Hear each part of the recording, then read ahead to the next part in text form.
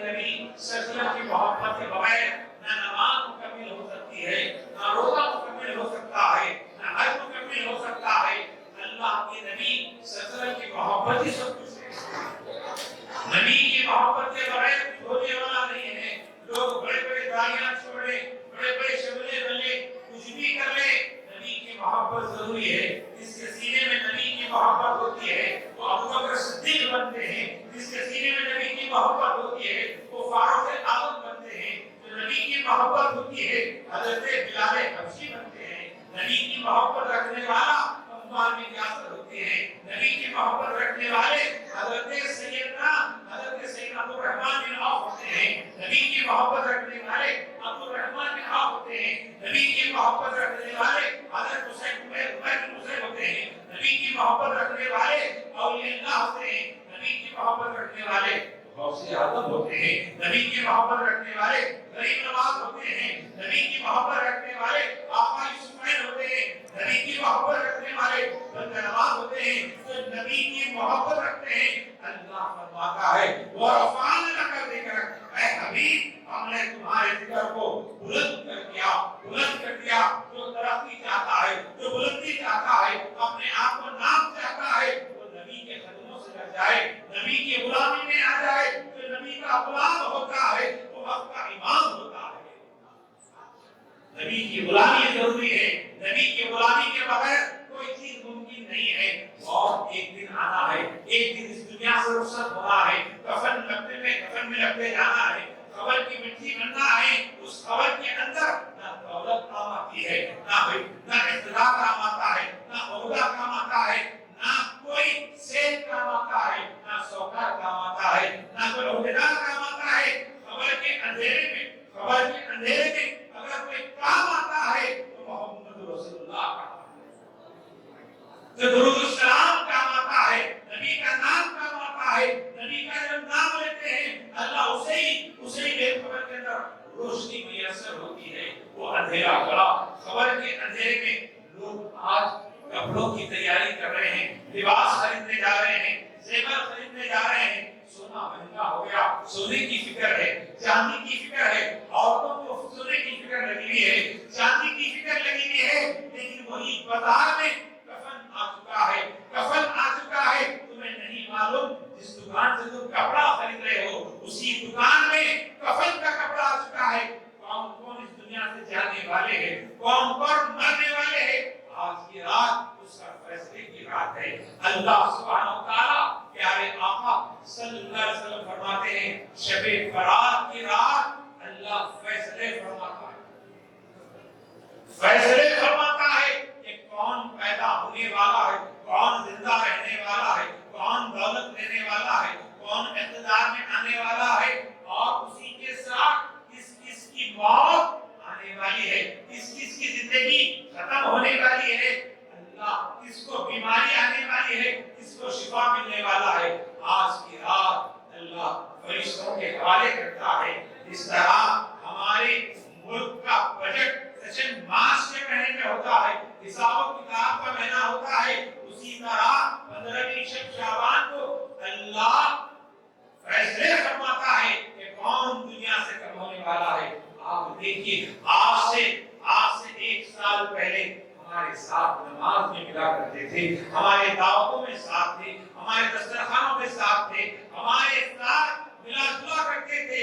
آج وہ خبر کی زینت بن چکے ہیں، وہ خبروں میں جا چکے ہیں، آج وہ خبر کے حوالے ہو چکے ہیں۔ نہیں معلوم کہ ہمیں دوبارہ زندگی اللہ تعالیٰ عطا کرے گا، دوبارہ شب قدر ملے گی یا نہیں، کوئی یقین سے نہیں کہہ سکتا۔